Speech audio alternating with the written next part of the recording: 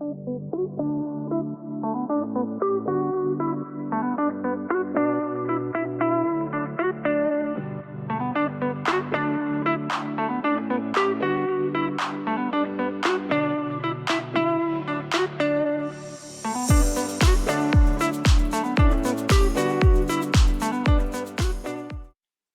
to Brevard News, your home for real news in Brevard County. Be sure to like, share, and subscribe our podcast. Our guest today is George Roat, the former Columbus, Ohio firefighter. Our quote for the week is this, and it's from John Quincy Adams, and he wrote this in a letter to his wife after signing the Declaration of Independence. And notice what he says. I am well aware of the toil and the blood and the treasure it will cost us to maintain this declaration and to support and defend these states. Yet through all the gloom, I see the rays of ravaging light and glory. I can see the end is worth all the means. This is our day of deliverance. And it reminds you that those guys put a lot on the line. And it's what really strikes me today is that what is the price that Americans are willing to pay for freedom? Those guys lost a lot, right? They put a lot on the line, and I'm not so sure that a lot of Americans are willing to do the same today.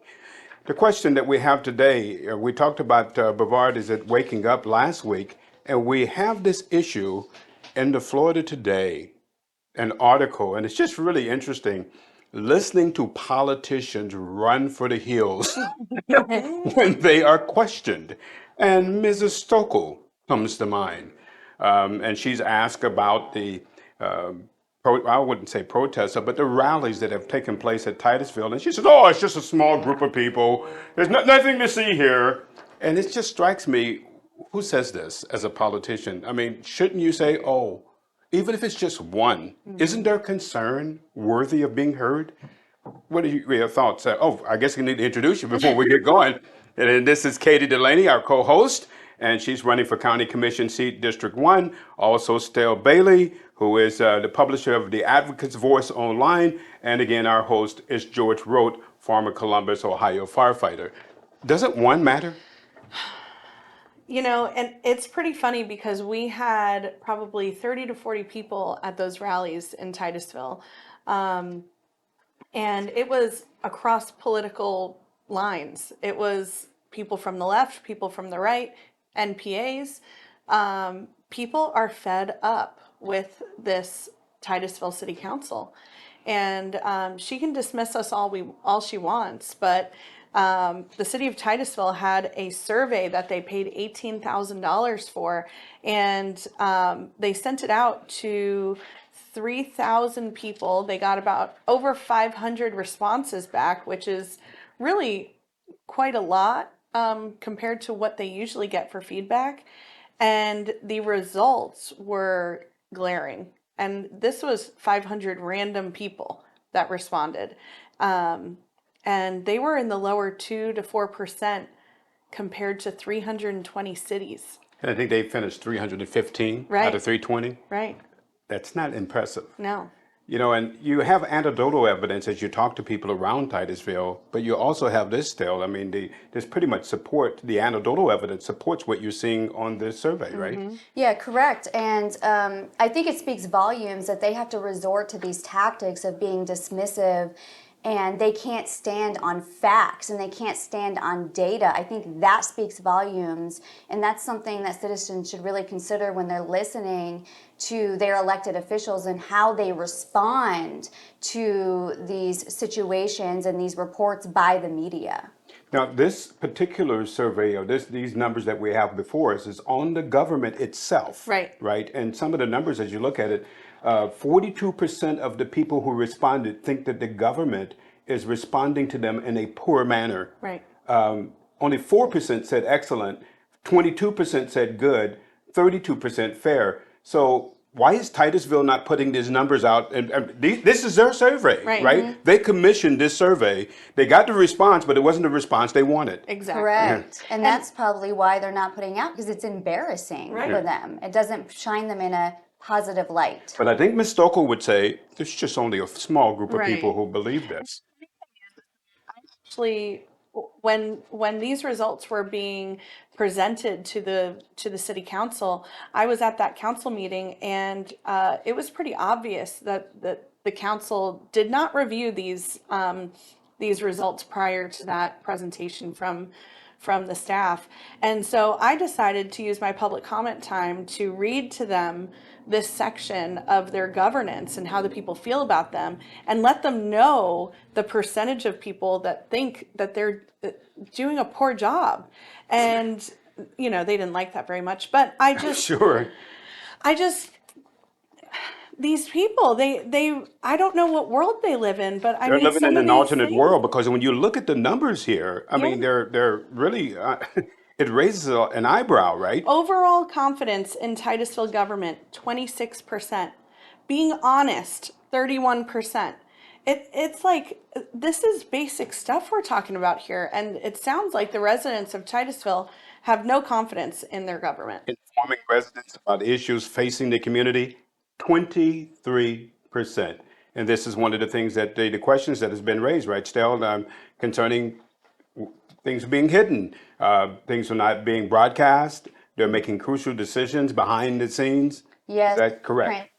transparency, accountability, communication issues. This has been repeatedly brought up for years now. This Right. isn't the first year. We didn't just start bringing these concerns forward this month. Exactly. This has been going on for years. For me, I began bringing forward these concerns in 2019. So it's really misleading by the council members who've made comments saying this is just a few people, this is just because it's an election year, or it's people that don't even live within this city that only care. That is not true. You would not have advocates in your city if your community wasn't contacting them. Right. And what's interesting is when they say that it's just an election year, aren't they politicking the whole time? Right. You look at the special interests that are supporting them, this is all politics, right? I mean, are they not doing that very thing they're accusing the public of doing, Right. Katie? Yeah, it's they are constantly politicking, and unfortunately for us, fortunately for them, they have the power of the dais. So they get to use that bully pulpit as much as they please. And so what? Now the citizens are using it against them, and now it's a problem? Well, and the thing about this is that they try to say that this is an anomaly, it's an election year. But again, there were quotes in that article in the Florida Today, and I'll give the Florida Today kudos. They have done a balance. It was a really balanced article. They actually asked on both sides. They asked questions, and they're just pointing out facts. They pointed out facts about the city manager and his salary being out of proportion. Right. That's a fair game, right, Stell? Yes, I agree it's fair game, and now you have the entire city asking questions about this city manager because we know his roles behind the scenes. He may not be in the public eye like our city council members are, but behind the scenes he does a lot of work and decision making processes that impact the city, whether it's approving certain projects or going through the budget, which has been also a concern brought forward about money being spent on $1 million bridge over polluted waterways. Right. Is one of many examples. We're bringing forward factual examples and numbers, and all they can combat it with is It's just a small group of it's just people. a small Right. group. Worry about people. They're just citizens. Yeah, yeah, it's minuscule people. But I mean, that's really the talk of tyrants, right? Right. I mean, again, let's go through Civics 101. The people are the government, the politicians are the servants. Isn't that the way it's supposed to be? But they're not talking like that. You've heard also the Robinson, who was on the city council, he actually he supports his decision to give the city manager a review in which he said it's perfect. Perfect. That there's nothing wrong. Yeah. He's done nothing wrong. Exactly. And it's pretty funny because, I believe this is close to his quote. You don't have perfect people, but you can have perfect performance. And I'm sorry. And that justifies the salary that he's Right. getting. And that was the context he said it in. I don't see the perfect performance. The city manager can't even figure out how to get the records online. He can't even figure out how to get the agenda and the documents attached to the agenda online for the citizens to be able to review before the meetings. The city manager can't figure out how to get the videos online for the different committees and the council meetings and whatnot. And this citizens have been asking for this for years. This is not just this month. This is not just the past 6 months. This is years now. The citizens have been asking for this. And then there's a lot of people that were surveyed in the interview in the Florida Today. I recommend that you read it. And some of them said that they've been protesting for years. It's just refreshing to them that they actually see more people have come on board and have awakened to what's going on, Right. and that it's bipartisan, right? And someone says, well, why is it bipartisan? Well, really, corruption, everyone should be concerned about corruption, no matter what party you're in, right? Absolutely. Yeah, no matter what party you're in. And when the city is being misused and misrun, the thing, and we're going to start reporting on this, have you ever gone to the city of Titusville website and looked at the ordinances that are on the books?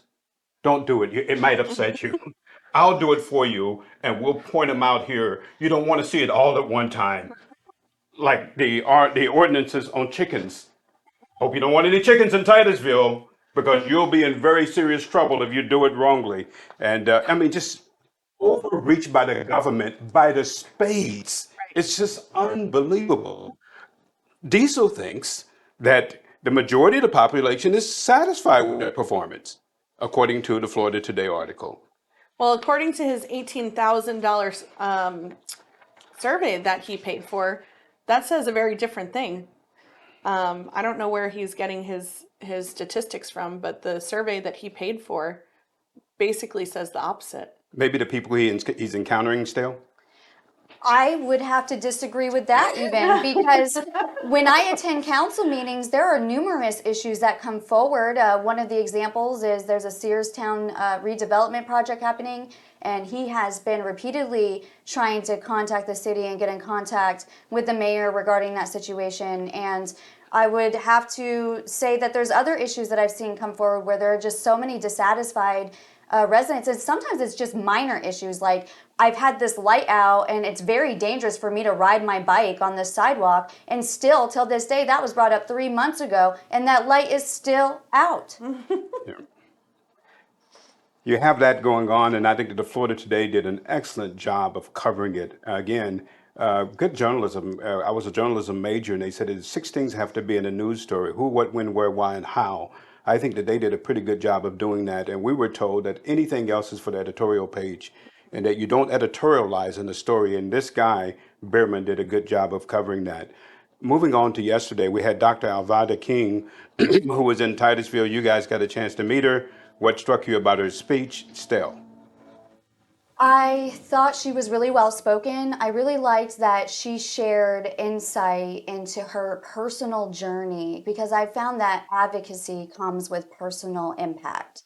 And so she really resonated with the people in attendance because she wasn't talking at us, she was talking with us and having a conversation with us. And I just found her speech really refreshing, and a lot of the points that she was bringing up, I think anyone in that room, it would have made them think, coming from her. And I'm just so honored to have met her and to have been able to listen to her, just her story and how she's been on this journey and how she got on this path of being so passionate about certain issues.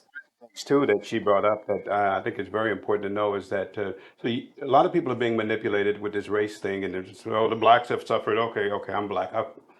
You know, in the 63 years I've been alive, I can't tell you that I've suffered from discrimination, and I think that that's overplayed. And she made the point that everybody suffered. The Italians have suffered, the Irish have suffered, people have suffered throughout the course of the history of this country. You don't want to underplay any one of those, right? Still, I mean, excuse me, Katie.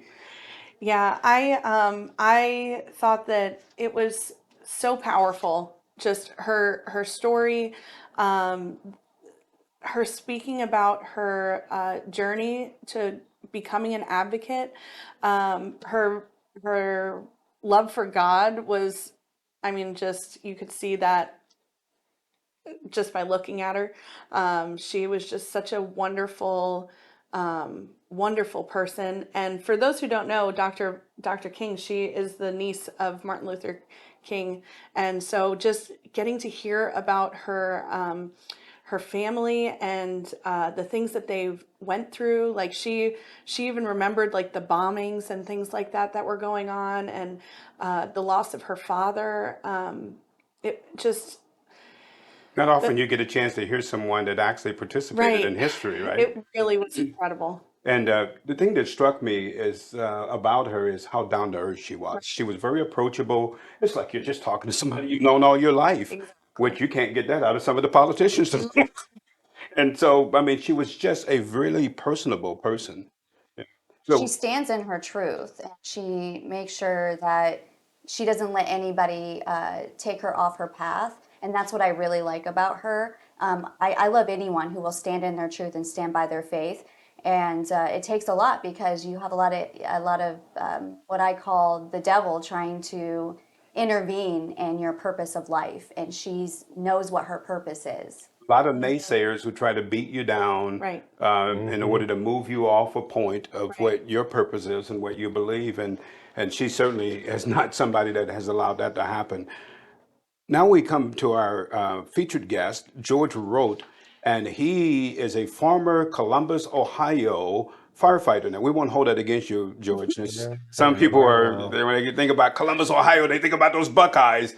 But you bring a very interesting perspective to this issue of firefighters in Brevard County because you've been a firefighter, you've experienced what it is to be a firefighter, and you've looked into this issue, your background. Tell us a little bit about your background as a firefighter from Columbus. Okay. I got lucky with Columbus. I worked for the Forest Service after I got out of the Marine Corps and did a couple years over there. Loved it. Pay rate wasn't good enough to support a family. Had to move on to a different part. Tested around the country, looked at certain criteria for firefighting for fire departments that I wanted to get on. It had to have a pay rate big enough that I could support my family. Had to have growth that I could actually move up or do different aspects of the job.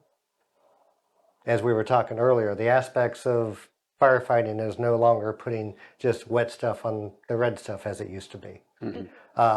First line medical care now. You are the first line medical care for your community. This is not like emergency when I grew up. I grew Yeah. up watching emergency, Oh yeah, right? we all did. Right. We all Okay. did. Right. So this is not like emergency. This is totally different No, now. it is totally, it's no longer that you might call 911. On average, our station ran about 20 runs a day. You got 2 medics, an engine chasing both of those, doing medic runs plus firefighting, a coordinator who took care of the whole district, and a chief running out of there. So each truck there ran average of 20 runs a day. The engine ran more than the medics because it bounced between the 2 medics and did the firefighting stuff. You're also, I don't know about Brevard County, but we handled building inspection. We do too. You do too. So that all plays into those days. And the run volumes are no longer per day. When I got on, maybe 300 runs a day, if that, and that was a busy day. When I retired, they were pushing 600 runs a day. Whoa. Wow. And now I know they're over that now. Wow.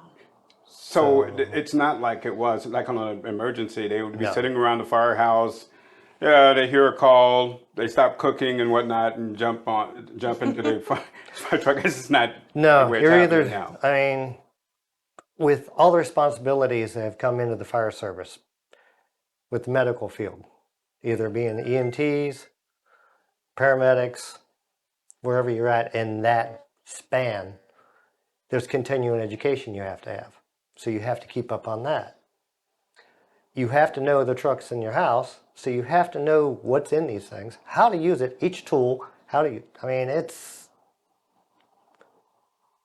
you have to go now from being in the medical field to cutting an electric car apart. And if you cut the wrong place, you're going to electrocute yourself.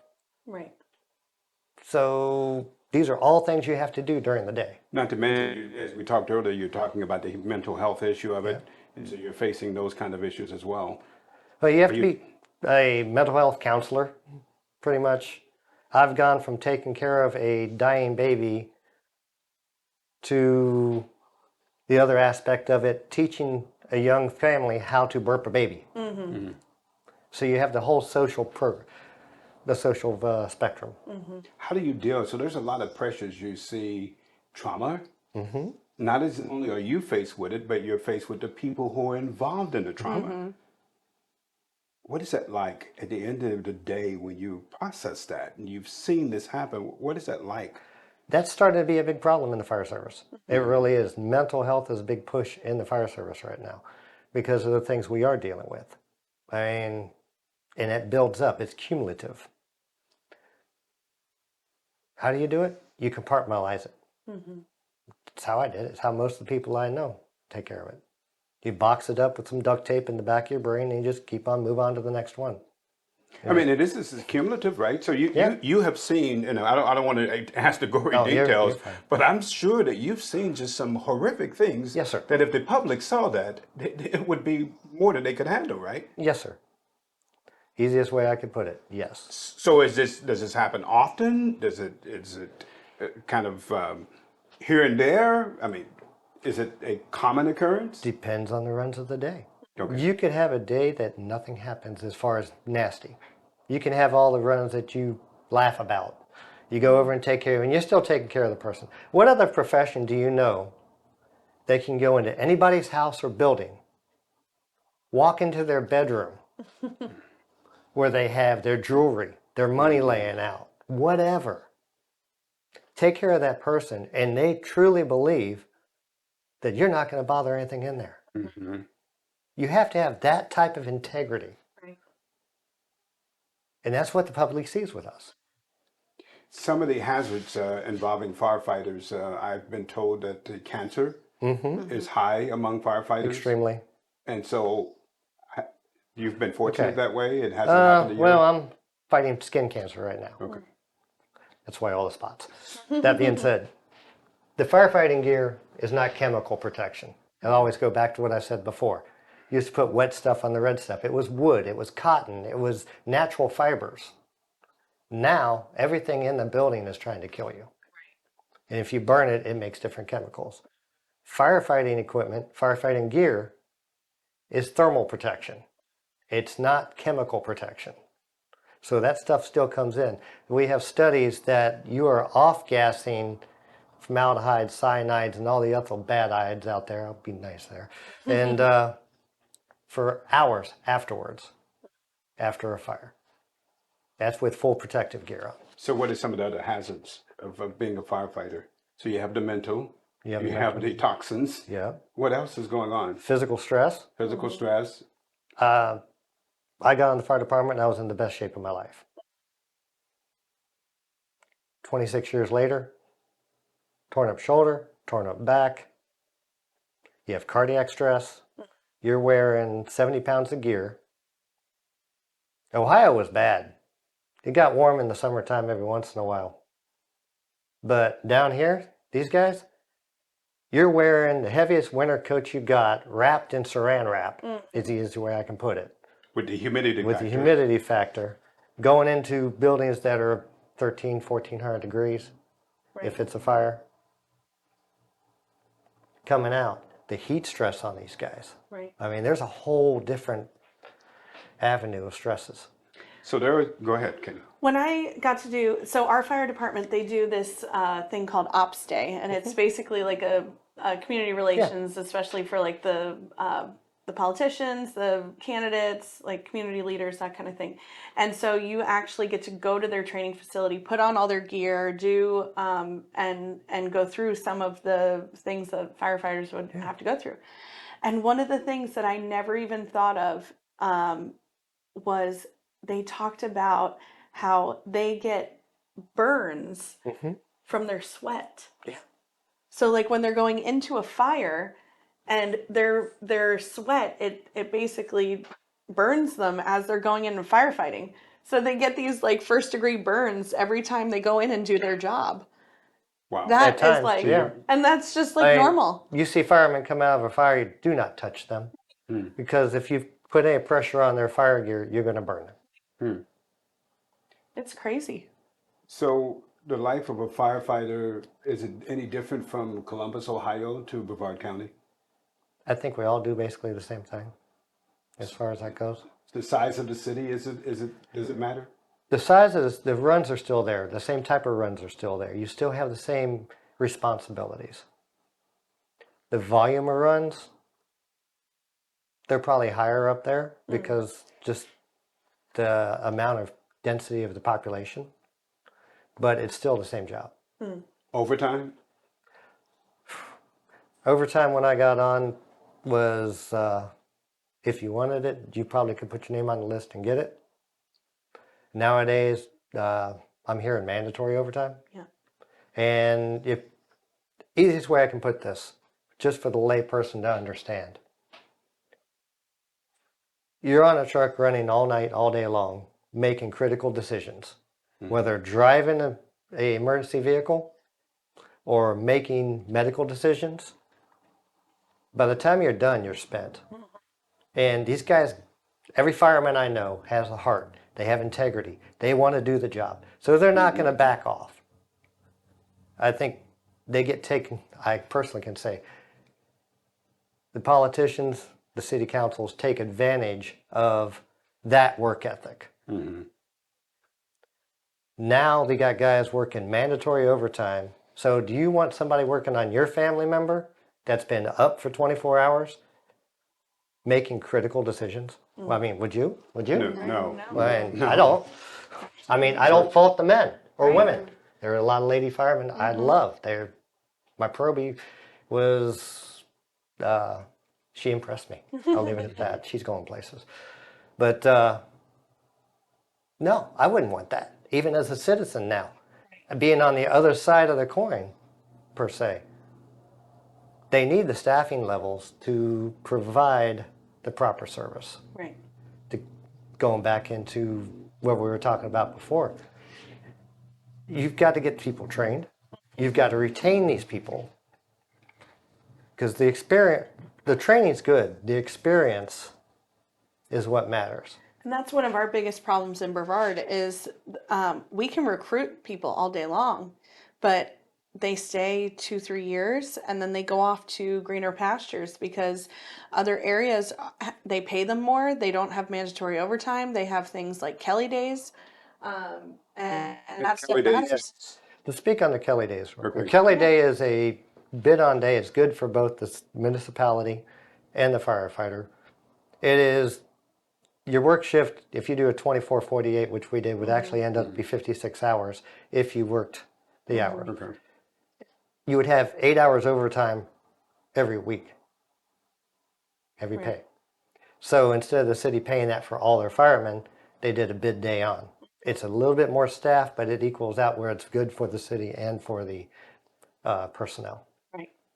Now, in all fairness, the problems that we're seeing in Brevard County, you say that you saw also in Columbus? Yeah.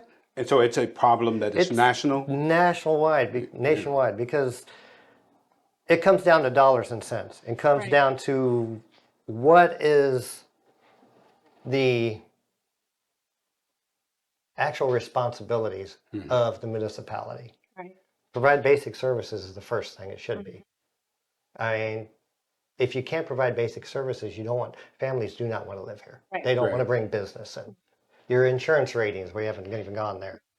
I mean, I talk about that all the time. okay. Yeah. So you have to provide those staffing, pretty much is the easiest way to put it. To retain the staffing, you have to provide a salary-based and benefit-based that people will want to stay here. I mean, Columbus, I have no complaints. It was a big enough city, and Brevard is a big county. Correct. I mean, it is, I would say, It's Almost one of 700,000 the- people. yeah, it is huge. similar It's to what- similar to Sure. Columbus. There's different industries, but you got the port, you got you got the space industry. So it's similar to Columbus. Why can't they provide the same level of service down here? That's a question that needs Yeah, answered. yeah, because we were talking about this at one point where you were talking about prioritizing the budget, and we were giving examples of the certain things in the county budget, right, Right. Katie? What was one of those examples that we had brought forward? Like there Right, was right. 5 million, 30 million to that hotel. Well, there was one more. Uh, But there's so can't many remember. examples, and I think, there's been a discussion of a citizen audit committee, Right. local citizen audit committee, because people are so fed up with our first responders and not, being prioritized above these other projects and these Right. other the other funding. And so now they're starting to dig through these finances, and it's going to be interesting to see what comes out as those finances continue to be looked at. It's, firemen don't get in the job to be millionaires. Right. They get in the job because they love the job. Well, when they're getting paid 22 to 39% less than everyone in surrounding counties, I don't blame them for not No. wanting to stay here. Of course, they have to do what's best for their families, but there's no reason why Brevard County cannot match that. Our budget is over $2 billion.